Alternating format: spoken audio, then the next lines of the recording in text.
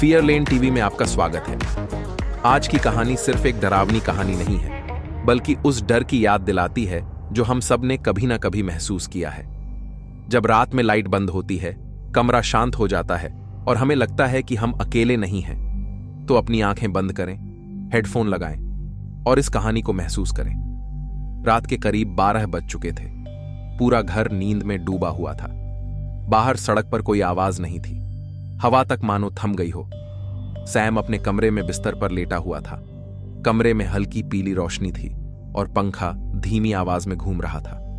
वह अपने फोन पर वीडियो देख रहा था, लेकिन अब उसकी आंखें भारी होने लगी थीं। सैम ने फोन साइड में रखा और करवट बदल ली।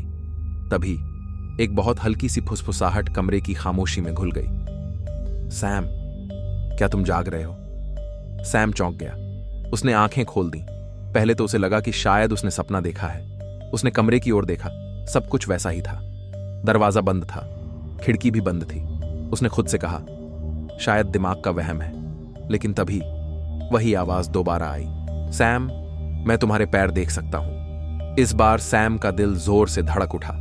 उसने तुरंत अपने पैर कंबल के अंदर खींच लिए। उसकी सांसें तेज हो गईं। ये आवाज ऊपर से नहीं आई थी, न दरवाजे से न खिड़की से। ये आवाज उसके बिस्तर के नीचे से आई थी। उसका गला सूख गया, पसीना हथेलियों में भर गया। दिमाग में सवाल घूमने लगे, कौन हो सकता है? कोई मजाक, कोई सपना?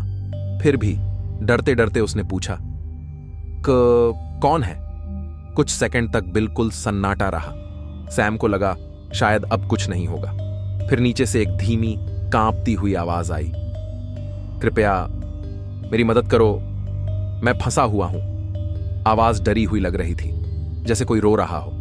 सैम का डर थोड़ा कम हुआ। उसने सोचा, अगर कोई सच में फंसा है तो मदद करनी चाहिए। लेकिन एक अजीब बात थी, कोई बिस्तर के नीचे फंसा कैसे? फिर भी उसने हिम्मत की। वह धीरे धीरे बिस्तर के किनारे झुका और कंबल का कोना उठाया। नीचे सिर्फ गहरा अंधेरा था, इतना गहरा कि कुछ भी दिखाई नहीं दे रहा था। सैम ने धीरे से कहा, तुम ठीक हो? जवाब तुरंत आया, लेकिन इस बार आवाज बदली हुई थी, तेज और घबराई हुई। मत देखो, अगर तुमने देखा तो वो जाग जाएगा। सैम का दिल बैठ गया। वो, उसने मन ही मन सोचा। और तभी फर्श पर किसी चीज के घिसटने की आवाज आई, जैसे कोई नाखून लकड़ी पर घसीट रहा हो। धीमी, लंबी, डरावनी। सैम का शरीर कांपने लगा। अब उसने जोर से पूछा, तुम कौन हो? और ये वो कौन है? कुछ पल की खामोशी के बाद एक दूसरी आवाज आई, गहरी, भारी, इंसानी नहीं। अगर फिर से हिले तो पकड़ लूंगा। सैम का डर अब चरम पर था। उसने एक पल भी नहीं सोचा। वह बिस्तर से कूदकर बाहर भागा और लाइट ऑन कर दी। तेज रोशनी से पूरा कमरा चमक उठा। वह जोर जोर से सांस लेने लगा। उसकी आवाज सुनकर उसके माता पिता कमरे में आ गए। क्या हुआ? मां ने घबरा कर पूछा। सैम कांपती आवाज में बोला, बिस्तर के नीचे कोई था। उसके पापा झुके और बिस्तर के नीचे देखा। सैम सांस रोके खड़ा रहा। कुछ सेकंड बाद पापा बोले, यहां कुछ भी नहीं है। वाकई नीचे कुछ नहीं था, ना कोई इंसान, ना कोई निशान, ना खरोंच। सबने कहा कि सैम ने सपना देखा होगा। डरावनी चीजें देखने का असर होगा।